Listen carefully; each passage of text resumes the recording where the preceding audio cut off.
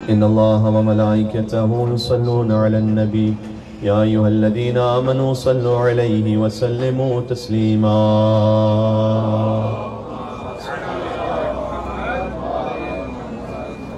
لا حول ولا قوة إلا بالله العلي العظيم حسبنا الله ونعم الوكيل نعم المولى ونعم النصير وبه نستعين وهو خير ناصر ومعين وصلى الله على رسوله الكريم حبيب إله العالمين سيدنا ونبينا ومولانا بالقاسم محمد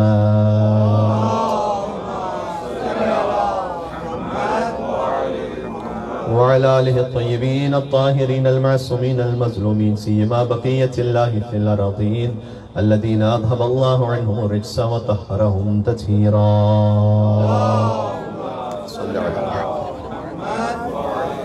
رحمة الله على محبيهم واللعنة الدائمة على أعدائهم أجمعين عید الاضحیٰ کے موقع پر حضرت حجت امام زمانہ عجل اللہ تعالی فرجہ الشریف کو یاد کرتے ہوئے دعائے سلامتی امام زمانہ علیہ السلام بسم اللہ الرحمن الرحیم اللہم کل ولیک حجت ابن الحسن صلواتك عليه وعلى آبائه في هذه الساعة وفي كل ساعة وليا وحافظا وقائدا وناصرا ودليلا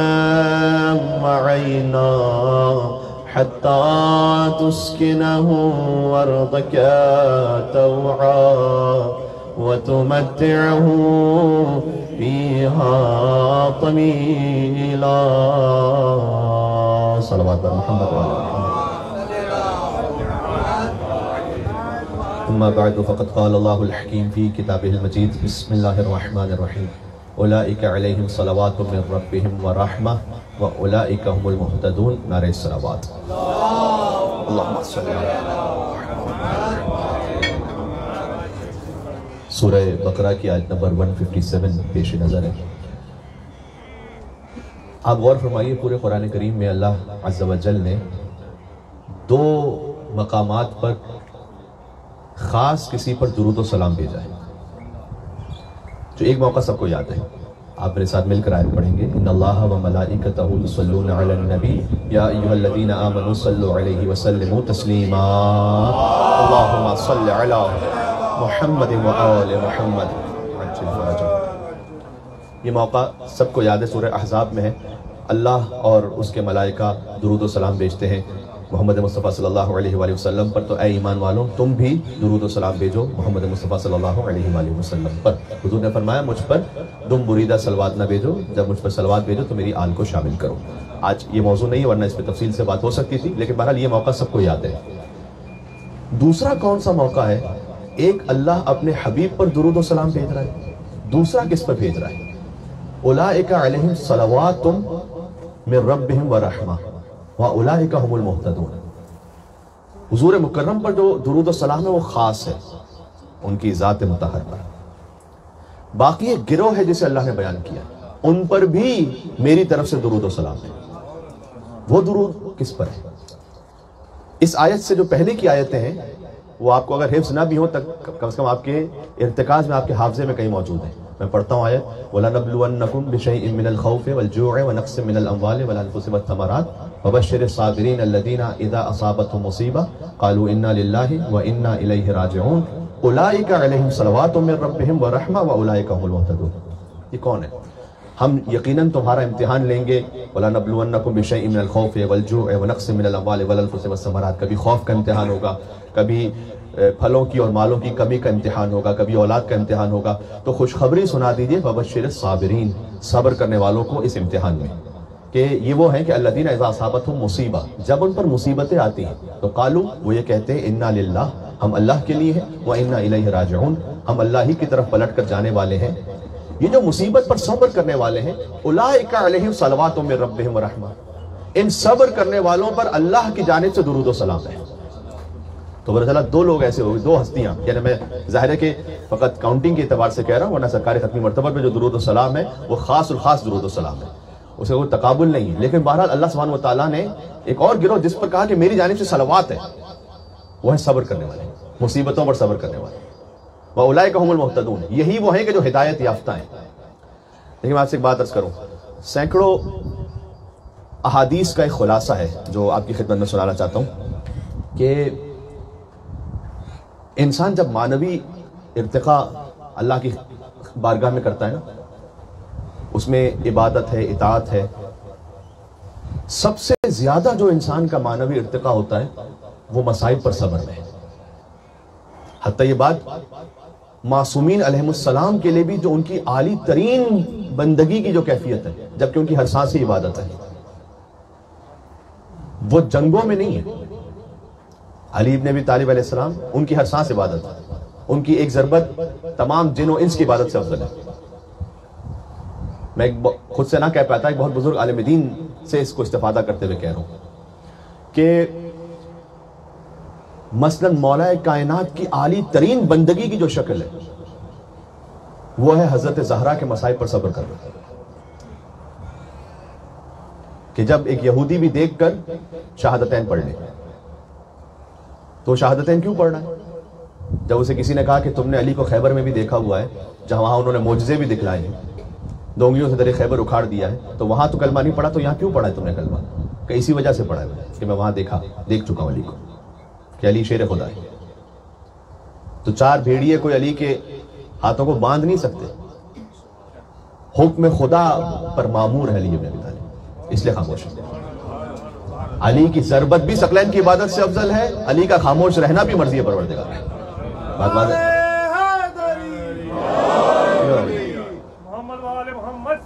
اللہم صلی علی محمد و محمد.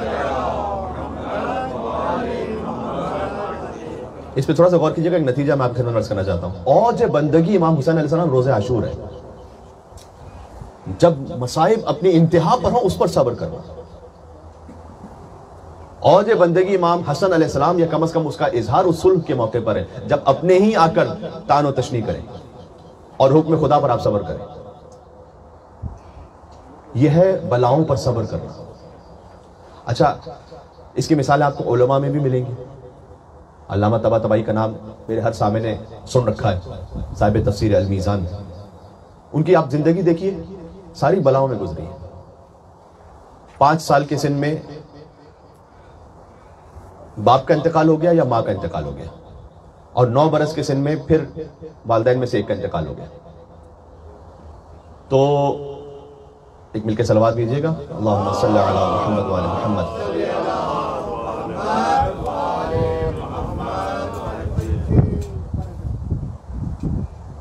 تو 5 اور 9 سال کے سن میں وہ اپنے دونوں والدین سے محروم ہو چکے تھے, یعنی دونوں طرف سے یتیمی آ گئی.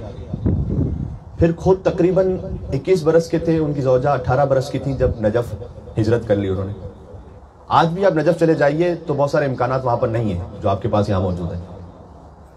تو سمجھ لیجئے کہ 100 سال پہلے کا نجف جب ان کی جوانی تھی, 50 ڈگری سینٹی گریڈ کی گرمی, کوئی کولر نہیں, کوئی ٹھنڈے پانی کا اہتمام نہیں. لکھا ہوا ہے کتابوں میں کہ اتنی زیادہ ان پر غربت بھی آ گئی تھی کہ انہیں اپنے گھر کے بہت سارے سامان بیچنے پڑے. یہاں تک کہ عالم ہو گیا کہ قالین تو چھوڑ دیجئے, جو چادر نیچے بچھاتے تھے وہ بھی بیچنی پڑی تاکہ اپنی ضرورت زندگی پوری کر سکیں. پھر علامہ طباطبائی کہتے ہیں کہ وقت ایسا آیا کہ مجھے اپنی ضروری کتابیں تک بیچنا پڑی. جب یہ وقت آ گیا تو پھر میں گیا مولا علی علیہ السلام کے حرم میں, اور میں نے کہا کہ مولا کیا طلبہ کی میزبانی کا یہی طریقہ ہے؟ ایک گلہ کیا, شکوہ کیا. کہتے ہیں وہ بھی جب میں اپنے گھر واپس آیا تو اتنا رویا کہ کیوں کہا میں نے مولا کو, اور سر میں درد ہو گیا شدید ترین. کہتے ہیں بخار کی کیفیت ہو گئی کہ میں نے کیوں کہا یہ مولا کو. بہرحال ایک راستہ بن گیا, کھل گیا راستہ. یہ مصائب پر بندگی دکھانے سے کوئی علامہ طباطبائی بنتا ہے, فقط پڑھنے لکھنے سے نہیں بنتا انسان. وہ بھی ضروری ہے, جب تک آپ پڑھیں گے لکھیں گے نہیں تو آپ علم حاصل نہیں کر پائیں گے. لیکن یہ جو معنوی فیوزات حاصل ہوتے ہیں اس کے پیچھے مصیبتوں پر صبر ہوتا ہے, بندگی ہوتی ہے. پھر وہ تبریز آئے واپس اور پھر قم آئے تھے بعد میں. تو جب تبریز آئے تو یہ ان کی جو زوجہ تھی وہ بھی تو ان کے ساتھ اس شریک کے سفر تھی نا. تو ان کی زوجہ کے لیے خدا علامہ طباطبائی کا بیان ہے کہ جب ہم بی بی معصومہ قم کے حرم جاتے تھے تو وہ سلام کرتی تھی تو بی بی معصومہ قم سے جواب کو سنتی تھی، اس لیے کہ مسائل پر بندگی دکھائی، صبر کیا. اب ایک اور منزل اگر میں اور آپ مل کے طے کر سکیں.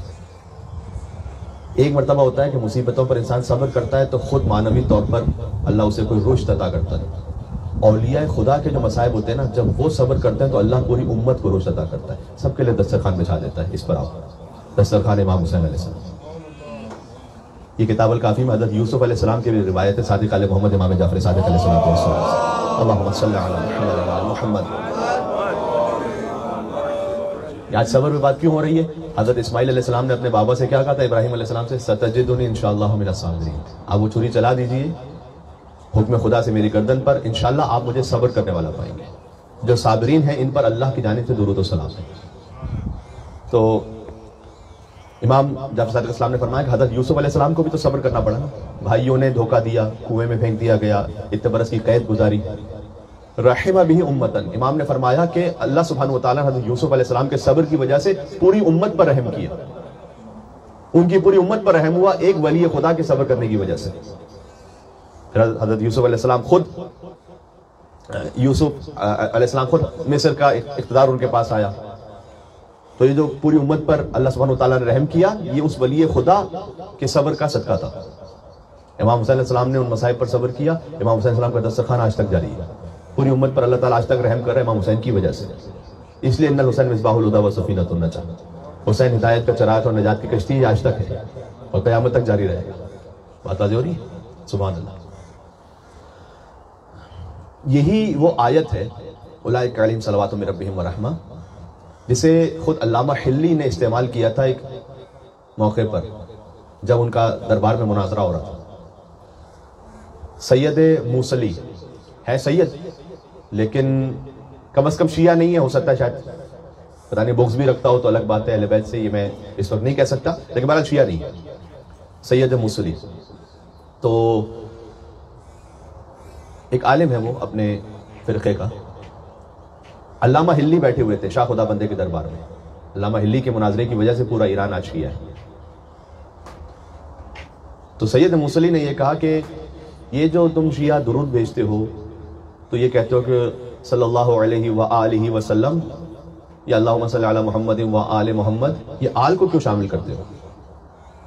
حالانکہ چاہے فقہ حنفی کی نماز ہو اس میں بھی تشہد میں آل پر درود ہے.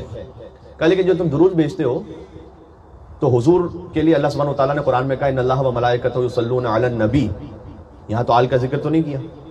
آیت میں واضح طور پر تو آل کا ذکر نہیں. یا ایھا الذین آمنوا صلوا علیہ وسلموا تسلیما، ایک مل کے اور صلوات بھیجے محمد و آل محمد پر، اللہم صلی علی محمد و آل محمد. تو تم آل پہ کیوں درود بھیجتے ہو؟ اس کی کیا دلیل ہے؟ تو علامہ حلی نے یہ آیت پڑھی تھی اولئک علیہم صلوات من ربہم ورحمہ. اللہ نے درود و سلام بھیجا ہے صبر کرنے والوں پر، تو آل سے بڑھ کر کون صبر کرنے والا ہے؟ اگر صابرین کا مصداق دیکھیں تو سب سے بڑھ کر آل محمد ہے. تو ہم انہیں علیہ السلام اس لیے کہتے ہیں. اس نے سوال میں یہ بھی تھا کہ آپ اپنے ائمہ کے ساتھ علیہ السلام کیوں لگاتے ہیں؟ یہ علیہ السلام کیوں کہہ رہے ہیں؟ علیہ السلام اس لیے کہہ رہے ہیں کہ اللہ نے ان پر درود و سلام بھیجا ہے کیونکہ وہ صبر کرنے والے ہیں. تو سید موصلی نے لجاجت کرتے ہوئے یہ کہا کہ آل محمد نے کون سا صبر کیا ہے کہ ان پر خاص درود و سلام ہو. تو علامہ حلی گنوا سکتے تھے مدینہ کے مصائب کو، کربلا کے مصائب کو، لیکن شاید اس وقت موقع نہیں تھا یا وہ ایک قطعی جواب دینا چاہتے تھے سامنے ایک اور طرح سے. تو انہوں نے سید موصلی کو جواب دیا کہ آل محمد کے لیے کیا یہی صبر کم ہے کہ تجھ جیسا ایک انسان جو ان کی نسل میں سے ہے اور منافقوں کو آل محمد پر ترجیح دیتا ہے، اس پر وہ صبر کر رہے ہیں، یہ کم ہے کیا؟ اللہ اکبر. کہ تو منافقوں کو خلافت کے معاملے میں ان پر ترجیح دیتا ہے. اجاز کرنے کا مقصد ہے تو اس آیت کے حوالے سے میں جو بات کرنا چاہ رہا تھا، جب مصائب پر انسان صبر کرے. اب زندگی میں جو نا کسی بھی انسان کی زندگی کوئی ایسی نہیں ہے کہ جس میں کہیں نہ کہیں کوئی اس کے لیے بلا یا مصیبت نہیں ہے سب کے لیے، اور یہی ہمارے کمال معنوی کا ذریعہ ہے۔ میں نے ایک واقعہ جمعے کی نماز میں ایک عالم دین کا سنایا تھا کہ جو اپنی ساتھ سے بڑے پریشان تھے، اس کو دہراؤں گا نہیں واپس، تو وہاں سے آپ جا کے دیکھ سکتے ہیں اس کو۔ بہرحال تو ان کو جواب کیا دیا گیا؟ جواب یہ دیا گیا کہ آپ کے لیے یہ صبر کرنا ہی آپ کو اللہ نے ذریعہ رکھا ہوا ہے کہ آپ ان معنوی درجوں کو طے کریں گے۔ اس پر اللہ تعالیٰ زندگی میں برکت بھی بہت دے دیتا ہے۔ آپ جانتے ہیں برکت کسے کہتے ہیں؟ برکت کی ڈیفینیشن یہ ہے، غالباً المیزان کی 7ویں جلد میں علامہ طباطبائی نے برکت کی ڈیفینیشن میں یہ چیز بھی لکھی ہے کہ برکت ایک ایسی نعمت ہے اور ایک ایسا اضافہ ہے جو حسی نہ ہو، یعنی ٹینجیبل نہ ہو۔ کچھ چیزیں ہوتی ہیں ایسے اضافہ ہوتا ہے جو آپ کو ٹینجیبل ہے، نظر آ رہا ہے آپ کو، حواس خمسہ سے آپ اس کو درک کر سکتے ہیں۔ پانی بہت زیادہ ہے، آپ کو نظر آ رہا ہے۔ کسی کے پاس مال بہت زیادہ ہے، آپ کو نظر آ رہا ہے۔ شب قدر کے لیے اللہ نے کہا انا انزلناہ فی لیلۃ مبارکہ، یہ بابرکت رات ہے۔ نظر آ رہی ہے کہ بہت بڑی نہیں، لیکن ہے 1000 مہینوں سے بہتر۔ یہ حصی نہیں ہے لیکن ہے، اس میں اللہ نے رکھی ہے برکت۔ وجعلنی مبارک، حضرت عیسیٰ علیہ السلام کہتے ہیں کہ اللہ نے مجھے مبارک قرار دیا۔ تو برکت کا مطلب ہے ایک ایسا اضافہ کہ جو فیل نہ ہو رہا ہو بظاہر لیکن ہے۔ اب یہ علامہ ہلی کے ہی معاملے میں دیکھ لیجیے، مغل زمانے میں انہوں نے زندگی گزاری ہے جب شدید ترین مشکلات تھی شیعوں پر۔ اس زمانے میں بے انتہا سفر کیے انہوں نے، اور جتنی کتابیں لکھی اس کا اگر حساب کیا جائے تو علماء یہ کہتے ہیں کہ اگر ان کی ولادت کے دن سے حساب کیا جائے، جبکہ ولادت کے دن سے تو نہیں لکھنا شروع کیا تھا، اس دن سے حساب شروع کیا جائے تو روزانہ کی 1000 لائنز بنتی ہیں،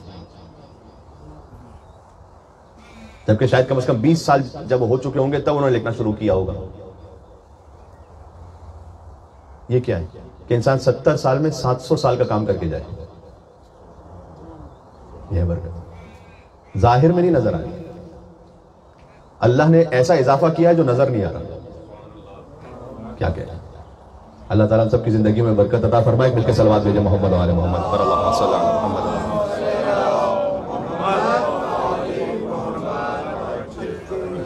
وقت تمام ہو رہا ہے، نماز کے وقت سے قریب ہو رہے ہیں، میں آہستہ سے بات کو اختتام تک لے کے جاؤں گا۔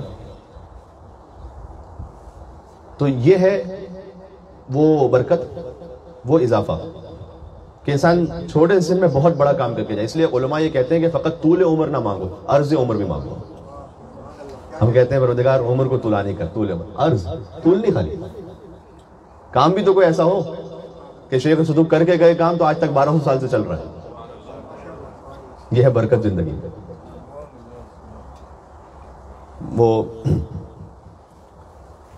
میں نے مثال دی تھی آپ کو کہ قم میں جب بی بی معصومہ سلام اللہ علیہ تشریف لائیں تو وہاں جس گھر میں رہیں وہ ایک شخص کا گھر ہے، اور جہاں وہ مدفون ہوئی ہیں وہ ایک شخص کا باغ ہے۔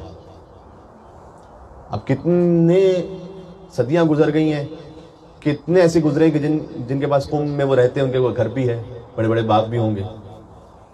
اس کا باغ بابرکت ہے، اس کا گھر بابرکت ہے، بیت النور ہے۔ ایک مرتبہ علامہ امینی سے کسی نے اعتراض کیا، کسی غیر شیعہ نے، کیا آپ یہ کہتے ہیں کہ علی، میں علیہ السلام کہہ رہا ہوں ساتھ میں، کہ وہ ہر رات 1000 رکعت نماز پڑھتے تھے؟ یہ تو پاسبل ہی نہیں ہے۔ اچھا، جو اس نے اعتراض کیا اپنی کیلکولیشن کے حساب سے وہ ٹھیک ہے، اس نے کہا 1000 رکعت میں 1000 منٹ تو لگتے ہوں گے، مولا علی کی نماز ہے تو ایک رکعت میں 1 منٹ تو لگے گا، 1000 منٹ کتنے بنتے ہیں؟ 16.5 گھنٹے۔ 16.5 گھنٹے کی کون سی رات ہوتی ہے؟ جو کہ یہ تو کیلکولیشن سے ہی صحیح نہیں ہو رہا۔ علامہ امینی کہتے ہیں کہ میں نے سوچا کہ یہ ویسے تو مانے گا نہیں، ایک مومن مان جائے گا لیکن ویسے وہ نہ مانے، تو میں نے کہا کہ میں تمہیں کر کے بتاتا ہوں۔ یا علی کہہ کے کھڑے ہوئے، کہتا اب رہنا یہیں، رات بھر رہنا، کہ آپ مدد کیجیے۔ نماز پڑھنا شروع کی، 1000 رکعت نماز پڑھی علامہ امینی نے 7 گھنٹے میں ہو گئی۔ پھر اس کی طرف دیکھے، کہتے دیکھا جب میں کہ جو علی کے قدموں کی خاک بھی نہیں ہوں، اللہ میرے وقت میں اتنی برکت دے دیتا ہے، تو علی ابن ابی طالب کے لیے کیا سوال کر رہا ہے؟ سبحان اللہ۔ تو برکت وہ نعمت ہے کہ جو کبھی اللہ وقت میں دیتا ہے، کبھی اللہ مال میں دیتا ہے، اولاد میں ایسی بابرکت اولاد عطا کرتا ہے، سبحان اللہ، جس کا اثر جاری و ساری رہے، وہ نعمت نہ ختم ہونے والی۔ ایک اور عالم دین ہے، با تقویٰ بہت، انتقال ہو گیا، ان کے لیے یہ کہا جاتا ہے، انہوں نے اپنے کسی خاص عزیز سے بیان کیا تھا کہ میں نماز شب پڑھتا تھا امام رضا علیہ السلام کی کیفیت کی نماز شب۔ امام رضا علیہ السلام جو نماز شب پڑھتے تھے، ہم سے یہ نہیں مانگی گئی، نہ ہم کر سکتے ہیں شاید۔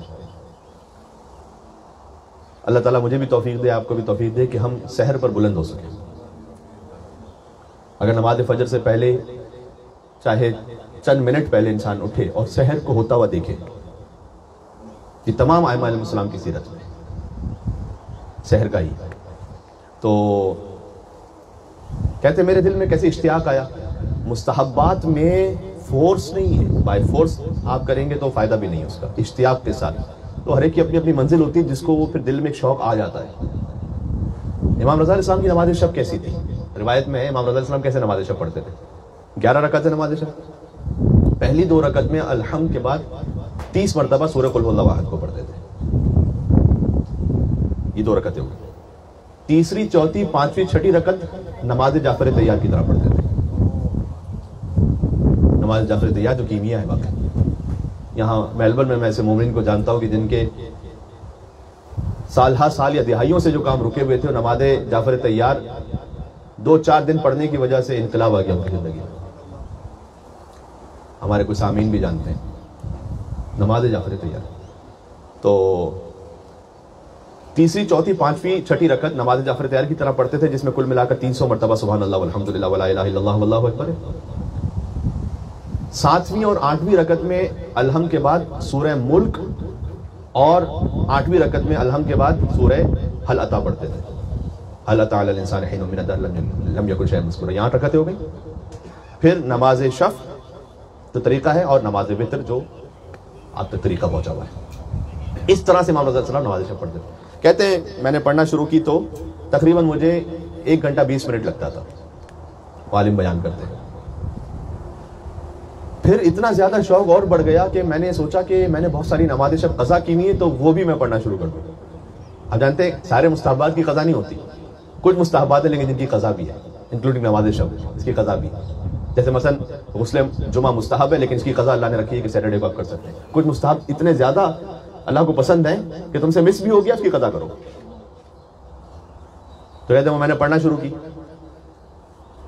تو کبھی کبھار میں 6 نماز شب کی قضا پڑھ لیتا تھا، امام رضا علیہ السلام کی نماز شب کے طریقے سے۔ تو کتنا وقت لگنا چاہیے؟ 6 گھنٹے تو کم از کم لگنے چاہیے۔ اب اللہ جانے، ان کا بیان ہے کہ تقریباً 1-1.25 گھنٹے میں ہو جاتا تھا۔ یہ وقت کی برکت۔ میں نے پھر آپ سے کہوں، انسان 700 سال کا کام 70 سال میں کر کے جائے۔ اچھا، ہم اور آپ کے سمجھنے کے لیے اور آسان کر دوں، طی الارض سے سن رکھا ہے، اور یہ حقیقت قرآن میں ہے، کیونکہ آصف بن برقیہ نے پلک جھپکتے ہی تخت بلقیس کو پہنچایا تھا حضرت سلیمان کے پاس۔ ایک ہے طی الارض، ایک ہے طی الوقت۔ صحیح، زمان بھی اللہ تعالیٰ جلدی توفیق عطا کر دیتا ہے، بہت سارے کام بہت جلدی ہو جاتے ہیں، ایسے کہ آپ کو احساس بھی نہیں ہو پاتا، لیکن وہ کام جس میں 5 گھنٹے لگتے تھے، ارے یہ تو چند لمحوں میں ہو گیا۔ جب انسان اللہ کی بندگی میں آتا ہے، اللہ خود بخود راہ نکالتا ہے۔ تو بہت زیادہ فقط کمانے کی طرف نہ جائیے، اللہ کی بندگی میں آئیے تو اللہ خود آپ کی کمائی میں بھی برکت دے گا برکت۔ اللہ تعالیٰ محروم نہیں کرتا کسی کو۔ اس میں سب سے اہم بات کیا ہے؟ آخری نقطہ پیش کر کے بات ختم کرنے لگا ہوں۔ سب سے ایک بہت امپورٹنٹ بات یہ ہے، امام کی حدیث ہے، بلکہ فرمایا کہ 2 مصیبتیں اتنی عظیم ہیں کہ ان سے بڑھ کے کوئی مصیبت نہیں۔ پہلا فرمایا، یہ حدیث کس امام کی ہے؟ میں نام لیتا ہوں تاکہ آپ سلوات بھیجیں۔ حدیث امام ابو جعفر محمد بن علی الباقر علیہ السلام۔ اللہم صلی علی محمد وعلی محمد۔ امام نے فرمایا 2 مصیبتیں ایسی جن سے بڑھ کے کوئی مصیبت نہیں۔ پہلا یہ کہ کسی گناہ کو حقیر سمجھنا، یہ سب سے بڑی مصیبت ہے۔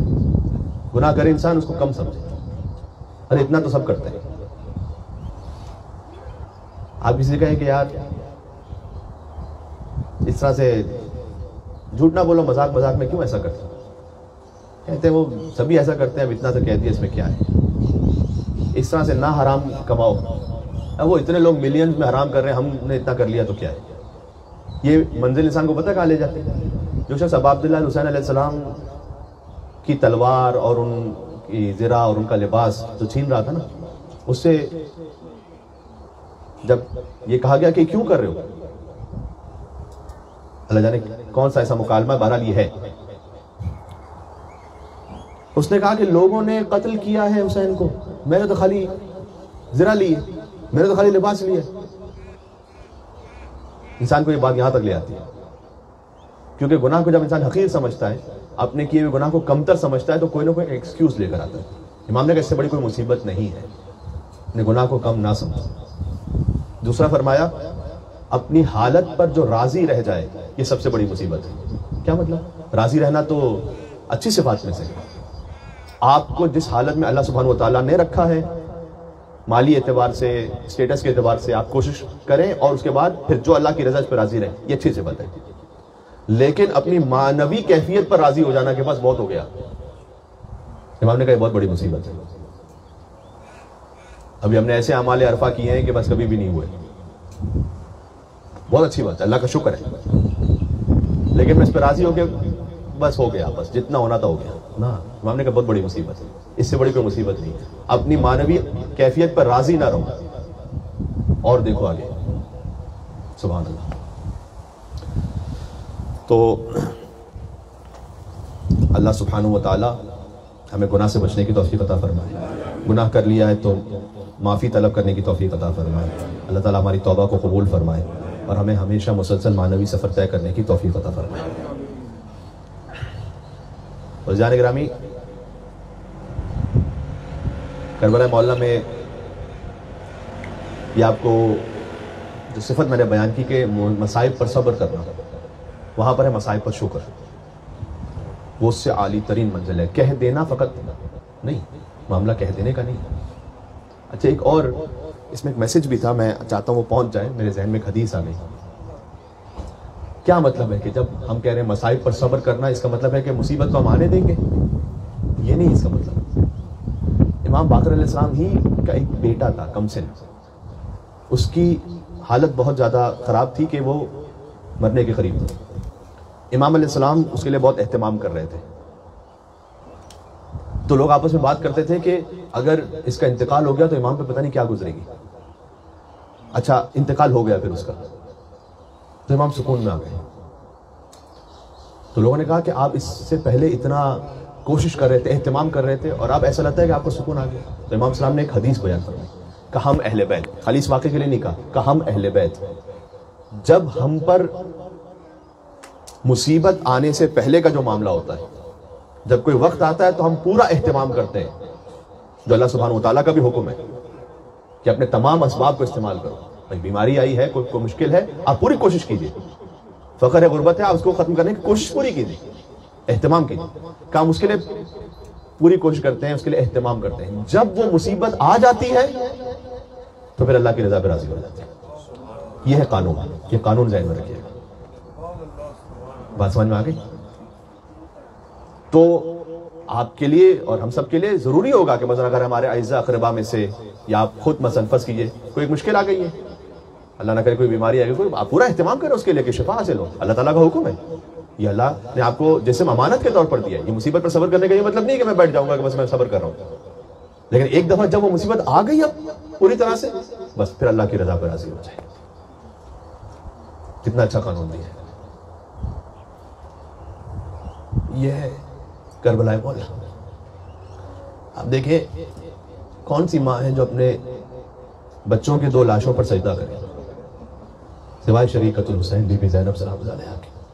سبحان اللہ. ذبح فرزند پہ راضی با ارادہ تو نہیں، ہاجرہ صبر میں زینب سے زیادہ تو نہیں. بی بی ہاجرہ نے بھی صبر کیا ہے، لیکن بی بی زینب سلام اللہ علیہا کا جب صبر ہے کہ بار بار اون و محمد آتے ہیں.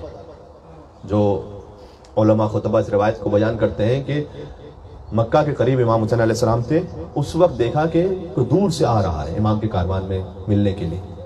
وہ تھے عبداللہ ابن جعفر طیار اس وقت وہ اپنے 2 فرزندوں کو لے کر آئے تھے اور آ کر کہتے ہیں کہ مولا میں چاہتا ہوں اگر آپ کی اجازت ہو تو میں اپنی زوجہ سے بات کرنا چاہتا ہوں. بی بی زینب سلام اللہ علیہ کہ وہ آپ کی زوجہ ہیں, آپ کو حق ہے, جو بات کرنا چاہتے ہیں. بی بی کے پاس آئے اور آ کر سلام و کلام کے بعد فرمایا کہ میں آپ سے ایک التجا کرنا چاہتا ہوں. بی بی نے فرمایا کہ اے عبداللہ اگر آپ مجھے واپس لینے کے لیے آئے ہیں تو زوجہ پر واجب ہے کہ وہ شوہر کی اطاعت کرے اور وہ چلی جائے واپس. تو میں آپ کے ساتھ واپس چلی جاؤں گی, لیکن زینب زندہ تو نہیں جا سکے گی. حسین کو چھوڑ کر میری روح نکل جائے گی. عبداللہ ابن جعفر طیار نے عجب جواب دیا. کہے بی بی آپ میری زوجہ ضرور ہیں لیکن میں آپ کا مقام جانتا ہوں, وہ فاطمہ زہرا کی بیٹی ہے. میں آپ کو کوئی حکم دینے نہیں آیا کہ آپ میرے ساتھ چلیں, آپ سیدہ کی بیٹی ہیں. بلکہ میں آپ سے ایک التجا کرنے آیا ہوں کہ میں تو کربلا ساتھ نہ جا سکوں گا, لیکن آپ کی جد کی ایک حدیث ہے کہ جب سفر پر جاؤ تو صدقہ دے دیا کر. تو میں سامان صدقہ لے کر آیا ہوں. جب آپ کے بھائی پر ایک سخت وقت آ جائے تو ایک کو اپنی جانب سے اور ایک کو میری جانب سے حسین پر قربان کر دیجیے. اور وہ محمد سامان صدقہ بن کر آئے. حسین کے بھانجے ہیں, ماموں اور بھانجے کا ایک بڑا پیار و محبت کا رشتہ ہوتا ہے, لیکن یہ بھانجے بار بار آ کر ماموں سے کہتے ہیں کہ ماموں جان ہمیں مرنے کی اجازت دے دیجئے. تو حسین بار بار جب انکار فرماتے ہیں تو سیدہ زینب سلام اللہ علیہ آئیں اور آ کے فرمایا کہ اے بھیا میں نے آج تک آپ سے کچھ مانگا نہیں ہے, میں ایک درخواست التجا کرنا چاہتی ہوں کہ میرے بچوں کو آپ مقتل میں جانے کی اجازت دے دیجئے. امام حسین علیہ السلام نے بہن کے کہنے پر اجازت دی. 7 اور 8 برس کے تو بچے ہیں اور ایک طرف 30,000 کا لشکر ہے. بہرحال لیکن ہاشمی شیر ہیں, لڑتے لڑتے اگر ایک بھائی فرات کے قریب پہنچ جائے دوسرا یاد دہانی کروا دیتا تھا کہ خبردار فرات کے قریب اور نہ جانا, حسین کی سکینہ پیاسی ہے, ہمارے ماموں کی سکینہ پیاسی ہے. ایک وقت آیا, مختصر کروں گا, کہ دونوں بچے زمین پر گرے. ایک طرف سے عباس بڑھے, ایک طرف سے حسین بڑھے. دونوں کی لاشیں لے آئے. جب بنی ہاشم میں کوئی لاشا آتا تھا خیام میں تو سب سے پہلے بی بی زینب آگے بڑھتی تھی پرسہ لینے کے لیے. لیکن اب اون و محمد کے لاشیں ہیں اور بی بی نظر نہیں آتی کہیں. بیویوں نے جب قریب بلایا کہا بس جو بھائی پر شکا کر دیا وہ کر دیا. تعبیر اس طرح سے خطبہ کی ہے کہ ایک ہاتھ اون کے لاشے پر, ایک ہاتھ محمد کے لاشے پر. اب چشم تصور سے کوئی سوچ ہی سکتا ہے کہ یہی کیفیت ہوگی. اور اپنی پیشانی کو کربلا کی زمین پر رکھ کے کہا پروردگار تیرا شکر ہے تو نے میری قربانی قبول فرما لی. اس کے بعد آپ کو تاریخ میں نہیں ملے گا کہ بی بی زینب نے اون و محمد پر گریہ کیا. کیسے ممکن ہے کہ کوئی معنی روئے؟ اس لیے کہ حجت خدا امام حسین علیہ السلام وہ اتنے عظیم ہیں بی بی کی نگاہ میں کہ حتیٰ شام سے جب رہائی ملی تو شام کی عورتیں پوچھتی تھیں یہ 2 سر کون سے جن کے گود میں لینے والا کوئی نہیں ہے. تو بی بی یہ کہتی تھی کہ میں ان کی دکھیاری ماں ہوں, تو میں حسین پر روؤں یا اپنے اور. ایک جملہ تاریخ میں ہے کہ جب بی بی واپس پلٹی مدینہ منورہ تو اپنے بیت الشرف میں داخل ہوئی. بہرحال عبداللہ ابن جعفر طیار نے کہا کہ اے معظمہ شاید کوئی غلط فہمی ہوئی ہے, یہ فاطمہ کی بیٹی کا گھر ہے. بی بی نے فرمایا کہ عبداللہ آپ نے نہ پہچانا ہمیں. کچھ باتیں ہوتی ہیں جو آپ کو ہو سکتا ہے کہ بالکل سطر پر سطر کتابوں میں نہ ملے, لیکن یقیناً کہا ہوگا کہ عبداللہ بازار کوفہ اور شام میں اتنے تازیانے مارے گئے. تو بی بی نے اب تک ضبط کیا ہوا تھا, لیکن جیسے ہی اپنے بیت الشرف پہنچی اور اون و محمد کے اٹھے نظر وہاں کا دل تھا بھر آیا. اون و محمد کے بستر دیکھے ہوں گے, اون و محمد کے کچھ اسباب دیکھے ہوں گے. بہرحال فطرت کی بات ہے. فرمایا ارے میرے شیروں, ماں تم پر قربان ہو جائے, تمہارا ماتم نہ کر سکی, اپنے بھائی حسین پر روتی یا تم پر روتی. وَسَيَعْلَمُ الَّذِينَ ظَلَمُوا عَلَى مُحَمَّدٍ أَيَّامُ الْقَلَبِ يَنْقَلِبُونَ. السلام علی الحسین وعلی علی ابن الحسین وعلی اولاد الحسین وعلی اصحاب الحسین. تمام مرحومین کے سال ثواب کے لیے نعرہ صلوات.